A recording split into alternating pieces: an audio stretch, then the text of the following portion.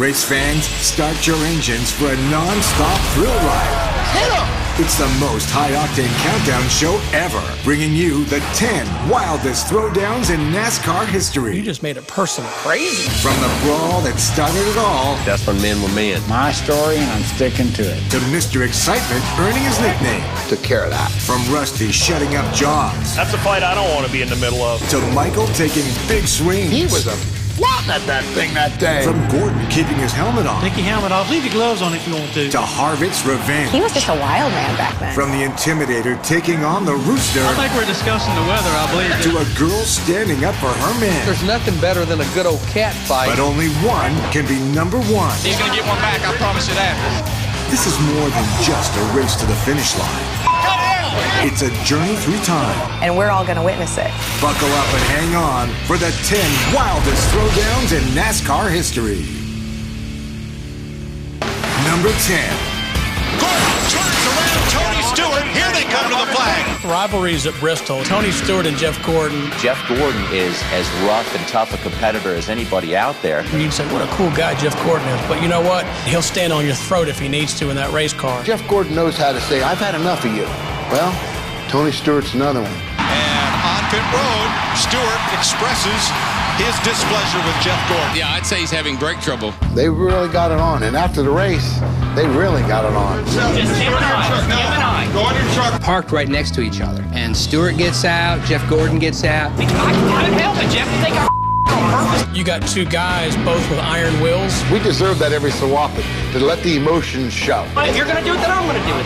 I'll slam you straight in the wall the next time you're anywhere near me. The first time you slam me in the wall, you better get your What'd you do? What'd you just do? Of course, NASCAR's like, come to the trailer, boys. Quit fighting. It was just a classic short track battle from two guys who grew up battling on short tracks. Number 9. His old friend Nicole, Greg Biffle, talking to Eva. Of all the fights we've had in NASCAR, my favorite is 2006 at Texas. Kurt Busch, I think at the time, was racing a lap down, and Greg Biffle had a car that was contending for a win. Kurt Busch did get into Greg Biffle and sent Greg Biffle into the wall. And it was a relatively hard hit. All of a sudden I look out of the corner of my eye, and I see Nicole, Greg's then girlfriend, walking down pit road. Run, sprint about 8 boxes down to where Kurt Busch's crew was, and Kurt's girlfriend Eva was on top of the pit box there. It's cool to watch women fight. Well, there's nothing better than a good old cat fight. Especially the ones that are typically dressed up with the high heels and all that. Nicole jumps up on the ladder, just like she was a crew chief, and points her finger in Eva's face. And start yelling at her. I can't even call it a fight. I think it was more a shouting match. I mean, that's some of the greatest highlights in the world. That's one of those where I wish someone had a microphone there to see what they were saying. Even though it was verbally, I'm thinking, you know what, that's pretty good to show you care about your man that way. And this incident was great. Two women have at it, I guess, NASCAR style in Texas. Number 8. Oh, Michael Waltrip is a little upset here at Lake Speed.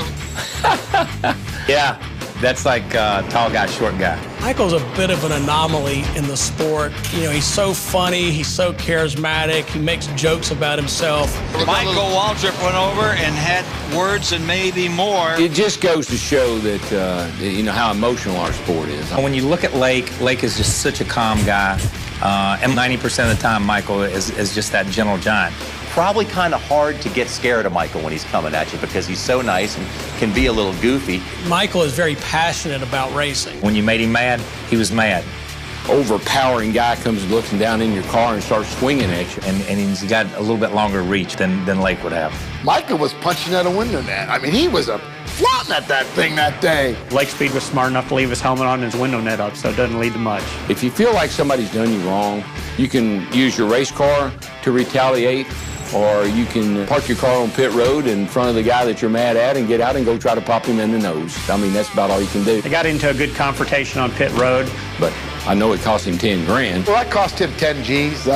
To this day, Michael Waltrip does not like to talk about that. He's embarrassed about it, so I'm glad we get to talk about it. He doesn't need a lot of help, but he made a fool of himself, and I felt bad for him for that. Number 7. Loose, I crashed. Kevin Harvick and Ricky Rudd at Richmond. Richmond, another one of those places where emotions always seem to run high. Oh, here we go. Yep. Kevin Harvick looking for Ricky Rudd. Yep. You have the young versus the old. You know, it's almost young versus old. Kevin Harvick was sort of this young, brash guy. Ricky Rudd was the veteran. Kevin Harvick and Ricky Rudd had battled the whole day. Finally, near the end of the race, they get together, and Harvick gets the worst end of the deal. Loose, and crashed.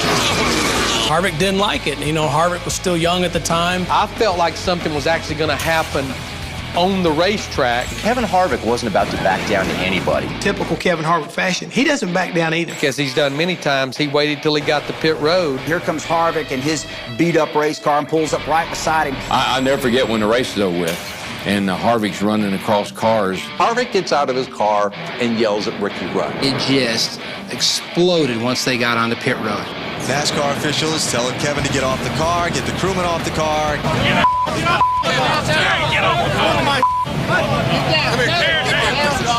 I'm trying, man. Harvick walking across Ricky Rudd's number 21 across the hood. Here we go. He walked across the top of the 21. And now it's on. Two of Kevin Harvick's crew members come running over. I think one of them pulled out his like Jimmy Superfly Snuka wrestling move and just sort of like. You've got Big Mike Sears. You know, he comes across and jumps on the hood of Rudd's car. Ricky Rudd took a damn cheap shot at us.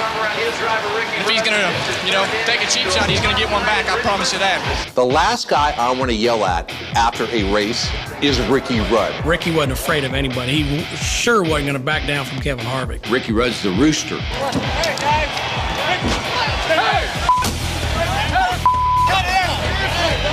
He gets like these crazy eyes going on whenever he gets mad about something. They didn't call him the rooster for nothing. Look at the hood, look at the damage. I mean, that's totally ridiculous after the race stuff like that. What did he say to you when he climbed out of the car? I couldn't hear him. He's, got that little yap mouth. I couldn't tell what he was saying. While Kevin Harvick is not necessarily a guy you want to mess with, I don't think Ricky Rudd is the guy that you want to mess with either. I mean, he would get up there and get in your face. If Harvick really wanted to get an ass whipping that day, he could have got it from Ricky Rudd. Coming up, fisticuffs and smack talk. Whoa! Thank God there was TV cameras there for this one. That's a fight I don't want to be in the middle of. You would never think that would come out of either one of those guys. Neither one were going to back down an inch. Back there with the decrepit old has-been. Craziness. Ooh, you just made it personal. When the 10 wildest throwdowns in NASCAR history returns.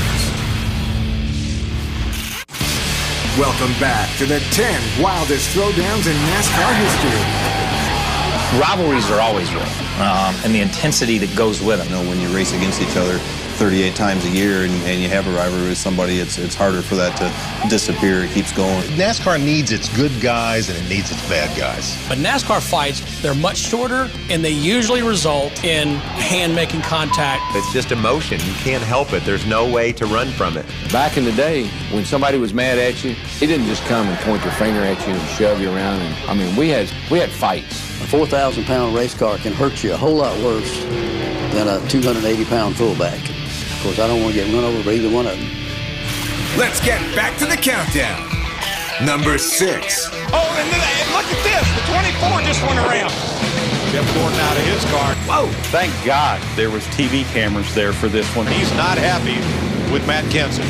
The last lap, and I was behind Jeff and got in the corner too hard and just, bumped him a little bit and he spun out. Kenseth's coming over, actually, I think, to apologize. Before Matt can say anything, Jeff gives him a two-hand shove. Almost a forearm shiver kind of move. You could tell Matt was not expecting Jeff Gordon to come give him the shove. Jeff Gordon pushed Matt Kenseth's back so fast, so hard. The person who was most surprised by that, obviously, was Matt. I was dumb enough to try to find him and go over and apologize, then really realize how mad he would be. The uncool thing about it was, Jeff left his helmet on. He didn't take off his helmet. If you really want to fight, either both guys got to have your helmet on, or both guys should have their helmet off.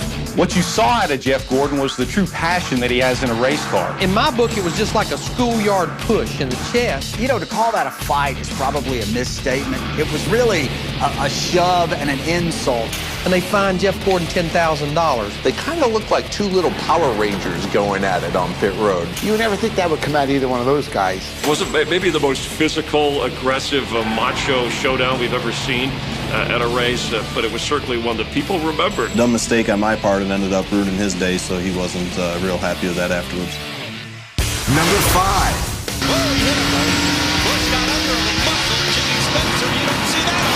He had a big bullseye back there, and I guess he couldn't see too good, and he ends up winning the race that way. Jimmy Spencer and Kurt Busch are just 180 degrees apart. To me, Kurt kind of had a chip on his shoulder. This kid just had a chip on his shoulder, man. Yeah, it was fun. We battled back and forth for years, and it came to a head at Michigan. Damn, the guy tried to wreck me again. It's tough when you bump somebody at 100 miles an hour, and then when they come back and bump at 200 miles an hour. Spencer had been around a long time, thought he deserved a little bit more respect. We spun, and that put us in a bad position. Back there with the decrepit old has-beens, I guess. Craziness. Ooh, you just made it personal. He decides he's going to tell Jimmy Spencer what's wrong with his family. Called me an old decrepit has-been. I don't know what Kurt Busch was thinking. I mean, I guess he's a never was is really the term that we need to bring up today. I'll never take credit away from anybody that's good at what they do, but respect people. I'm not sure anybody knows exactly what started this little bit of a feud, a little bit of rivalry. Here he is in the garage area, coming over to the car, and I can see him wanting to fight. I asked him what the story was. Poor Kurt Busch, you know, the guy weighs 86 pounds. And like this skinny. Nothing holds Jimmy Spencer back, as we know. Spencer goes, pow. Took care of that. He ended up getting suspended. I got hit. Nobody's going to say that about my family. It's okay for a driver to say, I'm real pissed, I'm not happy about that. Back there with the decrepit old has-beens. That's like saying your sister's ugly. The straw that broke the camel's back of the Kurt Busch, Jimmy Spencer not-so-love affair. Now we're friends, we can talk about it. But I think if you were to ask Jimmy, he'd do it all the same way. Number 4.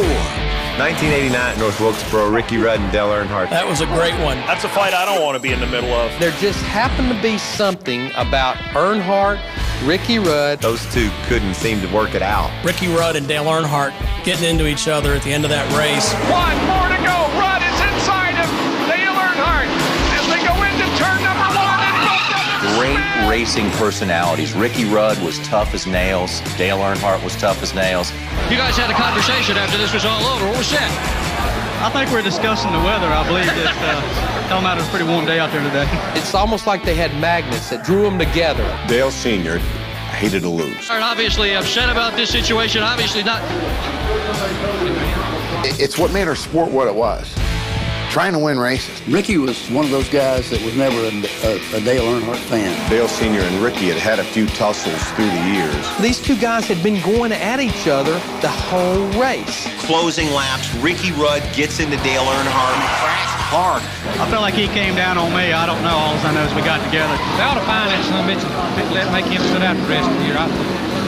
Probably one of the best things you could do as a race car driver to get respect in the garage area was to take on Earnhardt, to not back down from Earnhardt. Neither one were going to back down an inch. There were people pretty livid about this wreck, regardless of whose fault it was. I think they covered him with a blanket and snuck him out of that racetrack. The only way we could get Ricky Rudd out of that track, lay him in the floor of the minivan. That's a bad place. If you're going to wreck him, don't wreck him at North Wilkesboro. How will this affect your championship view from here on? You got 3 more to go. What do you think? Coming up next, Harvick versus Biffle, and Waltrip takes on Wallace. Uh-oh, what's going to happen? All hell broke loose. Harvick has a temper. The reason why these grandstands are full. Hope he chokes on all that money. You never done that?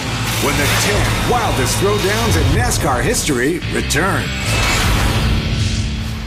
Okay, we're back, and I just did an online auto insurance quote right here with The General. It was really easy and practically anonymous. With no personal information required. And it only took a couple of minutes. And you saved a whole bunch of money. And so can you. Log on to thegeneral.com right now and get insured with a down payment as low as $59. You'll also get instant proof of insurance.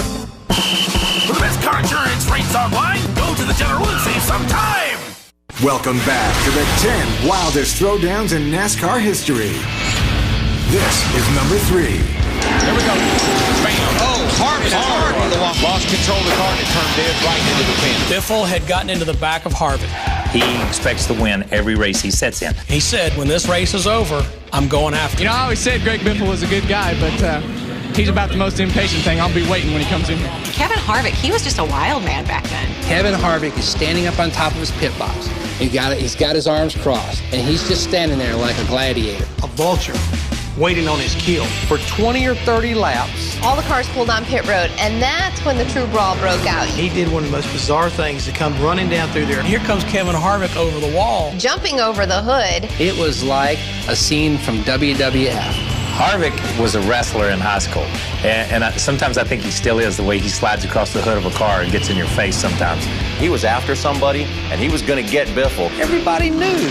NASCAR had to know what was about to come down at the end of this race. And all at once I see Harvick slide his ass across the roof. Jump, slides across the deck lid.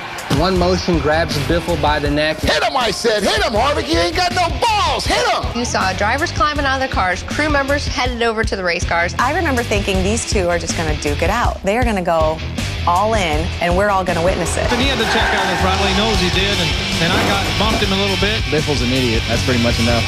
There was some good mouth action going on then, or good lip action happening. I think one of them should have hit each other, though. It would have been a lot more fun. I wish we had more of that, actually. Number 2.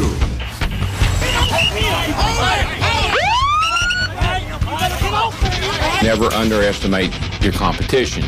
And that's what I did with Rusty. Down low again. He flipped the tire. Watch him lose as soon as they touch. That was classic, man. These are two titans. Rusty, takes Darrell out. He was hell-bent for North Carolina somewhere. I don't know where he was going. They made contact coming off turn 4. Boom. Here comes Darrell backwards, sliding through the grass. Did he do what I thought he did? Did Rusty Wallace just do what I think he just did? Rusty Wallace goes on and wins, takes home the big check. Come down pit road, well, Hammond and them, all the boys on the tire team, they were ticked. We were ready to throw down right there on pit road. You thought, uh-oh, what's going to happen? But, I said, I don't care what you do, don't let him drive in the victory circle without letting him know that we didn't like what he did. Todd Parrott kind of tucked his shoulder down and did a little bit of a linebacker move. Then all hell broke loose. The tempers are hot. Got crew members that start going at it in the pit. And I remember all those guys just holding each other up, trying to go at it, wailing each other. It is just this all-out brawl on pit road.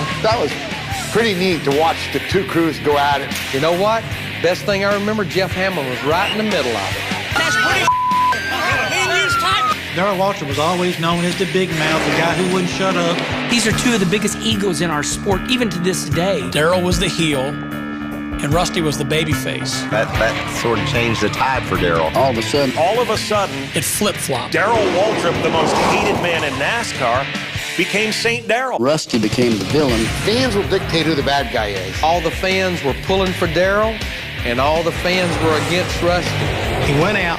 He made his point when he said, I hope he chokes. He wishes he choked on that $250,000. Hope he chokes on all that money. I talked to Rusty the other day, and he did it. He was fine. I mean, come on, DW. You never done that? They called him Jaws, and they called him Jaws for a reason. If Darrell was Rusty's age, Darrell would have done the same thing. Rusty got the money, but it changed his life forever. It took Rusty Wallace a long time to ever put on the white hat after that. He said if I'd known what that would do to my fan base, I'd have gladly given him that money, not been, begrudging of it at all. Coming up next, the wildest throwdown of them all. The fight, that's when men were men. That's the one that we all talk about. This is pretty cool, man. There's battles all day long. Nobody cared. He kept running his face into his fist. My story, and I'm sticking to it. When the 10 wildest throwdowns in NASCAR history returns.